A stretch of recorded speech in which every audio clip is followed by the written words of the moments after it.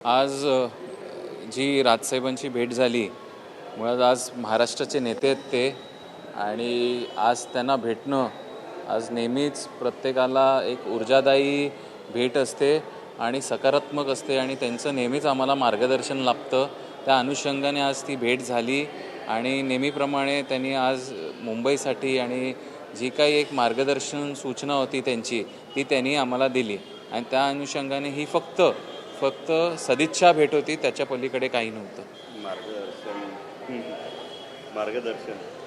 मार्गदर्शक भेट होती ती, आणि मार्गदर्शन मुंबईमध्ये काय काय नवीन करू शकतो आणि काय काय सूचना होत्या त्या राजसाहेबांनी दिल्या. आणि नक्कीच हे एक आकर्षक नेतृत्व आहे.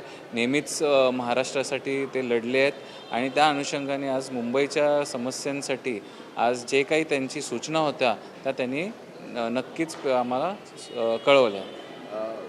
याच संदर्भात म्हणजे रिक्षा चालक आहे, मराठी भाषा बोलण्यासंदर्भावरून मनसेसुद्धा आक्रमक झालेली आहे, आणि आज त्या ठिकाणी जे 3 दिवसापूर्वी आंदोलन झालं होतं त्या अनुषंगाने मनसैनिकसुद्धा त्या ठिकाणी गेले होते. त्यांनाही सांगितलं गेलं, त्यांचं स्वागत केलं, आणि मराठी भाषा बोलणाऱ्यांना संरक्षण द्या असं म्हटलेलं आहे. नाही, नक्कीच शासनाचा हा निर्णय आहे, आणि 1 मे पासून हा लागू होणारा निर्णय.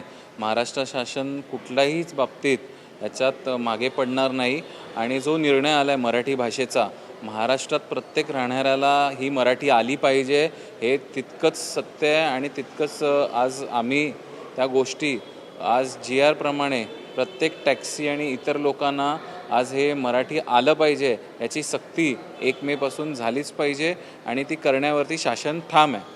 हॉस्पिटलच्या नामांतराचा सध्या विषय लागतो. शिवसेना ठाकरे गटाने आज KM हॉस्पिटलच्या बाहेर निदर्शनं देखील केली. मंत्री लोढा यांनी प्रामुख्याने नामांतराची मागणी केलेली. आपली काय या सगळ्या संदर्भात होईल? नाही, मुंबई महानगरपालिकेने कोणाचा प्रस्ताव आहे यावरती त्यांच्या मुंबई महानगरपालिकेच्या पॉलिसीनुसार त्यांनी त्याच्यावरती निर्णय घेण्यात यावा. साधारणपणे जेव्हा रस्त्यांची नावं हे ब्रिटिशकालीन असतात तेव्हा ती नावं बदलण्यात येतात, तर त्या अनुषंगाने हा प्रस्ताव तसा आला असेल, आणि त्याच्यात जर काही मेरिट असेल तर तसा प्रस्ताव पालिकेने पारित करून घेण्यात यावा.